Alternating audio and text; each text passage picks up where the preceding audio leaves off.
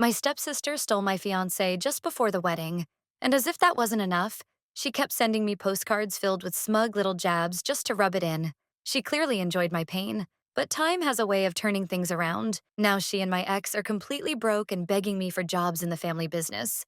The very one that was once supposed to be hers. I read his letter 3 times before it sank in. Travis had run away, a week before the wedding, and not alone. He left with my stepsister. He wrote that the universe had brought them together, that true love doesn't need apologies, and that marrying me would have been a lie. The paper shook in my hands, but I didn't cry. I just sat in the middle of the living room, surrounded by boxes of decorations and a dress I'd never wear again, trying to remember when it all went wrong. I was 24. We'd been together since college, nearly 5 years. He knew how I slept, how I walked, how I got angry, how I dreamed. And still he left. For her. For Nina.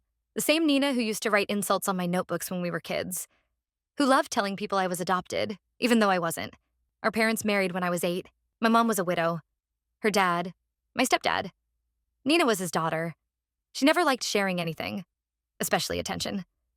Even as teenagers, she found ways to humiliate me. In front of friends, in front of teachers. I tried to be kind. Even after she got arrested for breaking into someone's house and was sent to rehab, I came to her with open arms. She cried that day, said she hated me because her father became my father too. And I forgave her. Like an idiot, I believed she'd changed. We started talking again. Not close, but regularly. I even included her in the wedding planning. She helped pick out decorations, approved the color palettes. Everything felt real. And now I was staring into the empty ring box, remembering how she laughed while we tried on dresses. I didn't just lose a sister.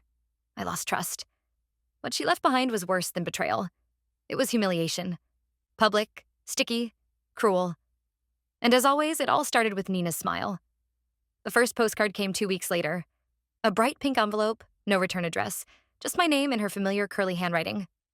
Inside was a picture of them on the beach, holding hands, laughing. She wrote, "Wish you were here." Not really. I stared at it for a long time. My therapist told me not to react, not to give her the satisfaction, but they kept coming. Different cities, different smiles. One from Vegas, one from Seattle, one from a mountain cabin. Each time a new note. Best honeymoon ever. Can't believe you were almost the bride. I stopped opening them after the 5th, just tossed them in a shoebox and shoved it to the back of my closet. My parents were furious. My stepdad, her real dad, wanted to cut all contact. My mom tried to stay neutral, but I could see it broke her. Nina had always been difficult, manipulative, but this was a new level. She knew exactly what she was doing, and she loved it. Her mom had died when she was young. I used to think that was why she acted out. But the older we got, the more I realized it wasn't about grief. It was about control.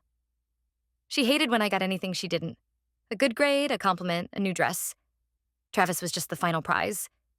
And she'd won. I quit my job for a while. Couldn't focus, couldn't sleep. I lost weight. I missed calls. I ignored friends. But eventually, therapy helped. Structure helped. My stepdad offered me a position in the family business. It was supposed to go to her someday, but after what she did, he gave it to me. I wasn't ready, but I said yes. I needed something that was mine, something she couldn't touch. I learned fast. I worked harder. I moved out. Got a small apartment, a dog. Little by little, I built a life that didn't include them. It wasn't glamorous, but it was mine. And I guarded it like hell. It had been nearly 4 years since Nina disappeared with Travis, leaving only a note and silence in their wake. I thought they were gone for good. Out of my life, out of my city, and definitely out of my future. After the initial breakdown, therapy, and dozens of sleepless nights, I clawed my way up from the emotional wreckage. I poured myself into the family business, learning every process from scratch. My stepfather, who had always treated me as his own, became my mentor and shielded me from the lingering whispers in town. Slowly, the pain turned into distance, and I genuinely believed I had closed that chapter. Then, without warning, the past knocked on my front door. Literally. It was a Saturday, early afternoon, and I was in sweatpants, recovering from a stressful week. I opened the door, expecting a delivery. What I got instead was Nina. Thin, pale, her clothes too big for her frame, her eyes sunken, but somehow still defiant. I didn't speak. I didn't move. My pulse thundered in my ears. "Can we talk?" she asked quietly. I said nothing and waited. She shifted her weight, glanced down, then up again. I wouldn't be here if it wasn't serious. I stepped aside, not out of kindness, but curiosity. She sat on the edge of the couch like a guest in a stranger's house, hands clasped. Travis left, she began. He lost his job, started drinking, got mean. He walked out a month ago and never came back. I kept my expression still. She went on about how no one would hire her, how the gap in her resume made her irrelevant, how she heard from a cousin that I now ran the business. She looked me in the eye and asked if I could give her a chance. Not for her, she said, but for survival. That word hit me hard, because 4 years ago I had to survive what she did to me. And now she sat in front of me asking for help. I took a long breath and answered flatly, no. 2 days later, my phone lit up with a call from my mother. I hadn't told my parents about Nina's visit yet. I needed time to process it alone, but Nina had beaten me to it. Apparently, after I refused to help, she ran crying to them, painting herself as the victim, hoping they'd pressure me into relenting. My mother's voice was tight, controlled, but I could hear the judgment bleeding through. She's struggling, she said. You're doing well now. Can't you just help her get back on her feet? I nearly laughed. Back on her feet? As if her downfall hadn't been entirely her own making. I reminded my mother what Nina had done. Not vaguely, not emotionally, just the facts. The betrayal, the wedding sabotage, the humiliation. But she didn't flinch. People make mistakes, she murmured, as though that erased the years of torment. I ended the call before I said something I'd regret. The next day, I met with my father. I trusted him more when it came to things like this. His reaction was blunt. She made her bed, he said. Let her lie in it. I asked if he felt guilty for cutting her out of the business, if he regretted leaving it to me. He didn't hesitate. Not for a second. That reassurance helped, but the storm wasn't over. Later that week, Nina showed up at my office. Security let her through because she still knew how to manipulate people. Soft voice, sweet face. She barged into the hallway and started yelling about how I'd stolen her life, how I'd always been the favorite, how I never really suffered. Her words echoed through the building. Clients watched. Employees froze. I stood still, humiliated but not surprised. When security finally dragged her out, she kicked over a chair and screamed that she'd make me pay. I went into my office, locked the door, and just sat down. My hands were shaking, not from fear, but fury. All these years later, and she still believed the world owed her something. I thought the scene at my office would be the end of it, some final, desperate outburst that would burn itself out. But 2 days later, I received a formal notice.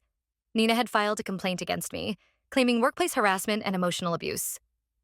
My hands trembled holding the envelope. It was absurd, of course, but still dangerous.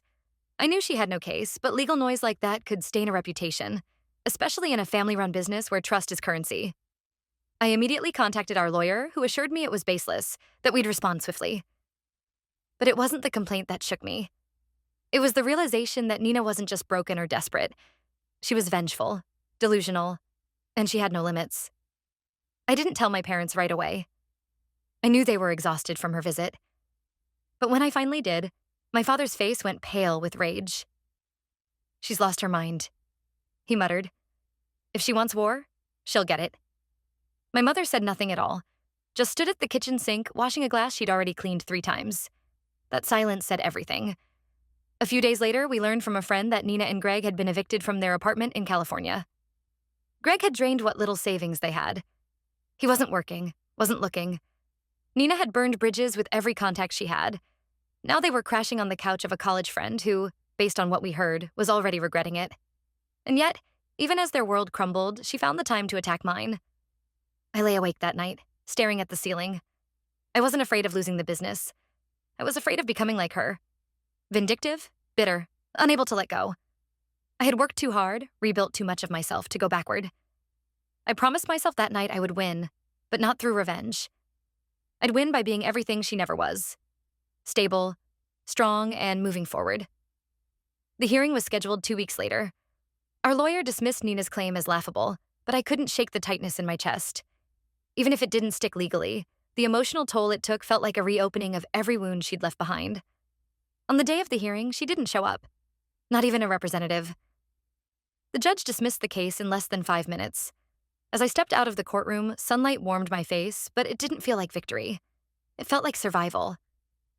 Back at work, I tried to refocus, but something in me had shifted. I no longer felt like I was merely defending my life from her chaos. I realized I had the power to close the door for good. That night, I blocked every known number and email linked to Nina and Greg. I scrubbed my social media, tightened security at the office, and even moved apartments quietly. No announcements, no warnings, just silence. And it worked. For a while. Almost a month passed with no sign of her. I started sleeping better, laughing again. I even went on my first real vacation in years, just a weekend in the mountains, but enough to remember who I was without Nina's shadow looming over me. Then the letter arrived. A handwritten envelope with no return address, postmarked from another state. I almost didn't open it, but curiosity got the better of me. Inside was a single page. I know I messed up, but I can't keep pretending you didn't steal everything that should have been mine. No apology, no accountability, just the same bitter poison dressed as honesty. I burned it without replying. That night, I sat with my father, and for the first time, he apologized. Not for Nina's actions, but for not protecting me enough from her. "I thought I could save both of you," he said quietly. "But maybe one of you never wanted to be saved." And that, somehow, was the closure I didn't know I needed. 3 months passed in peace. I focused on expanding the business, training new staff, and reconnecting with people I'd distanced myself from during the chaos. Life had begun to feel normal again.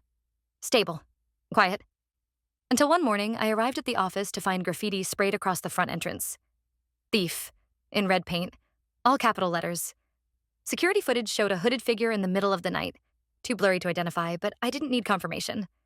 I knew who it was. I didn't go to the police this time. I just called a professional crew to clean it up and installed more cameras. I wasn't scared. Just exhausted. A few days later, I received an anonymous email sent through a dummy account. No threats, just one sentence. "You still think you're better than me?" It made my skin crawl, not because I felt afraid, but because I realized she'd never stop on her own. That same week, I got a call from a local cafe owner, someone I knew through mutual friends. He hesitated before telling me Nina had come in asking if he knew anyone hiring, specifically asking about my company. Apparently, she'd told him a different story, that she was cut off unfairly and deserved a second chance. I thanked him and asked politely that he not give out any information if she returned. He agreed. That night, I couldn't sleep. Not out of fear, but frustration. I hated that she was still orbiting my life, even if only in whispers. The next morning, I emailed my lawyer. We began discussing a formal restraining order, not just to protect me, but to send a message. Enough. A week later, we filed. I didn't feel triumphant. I felt sad.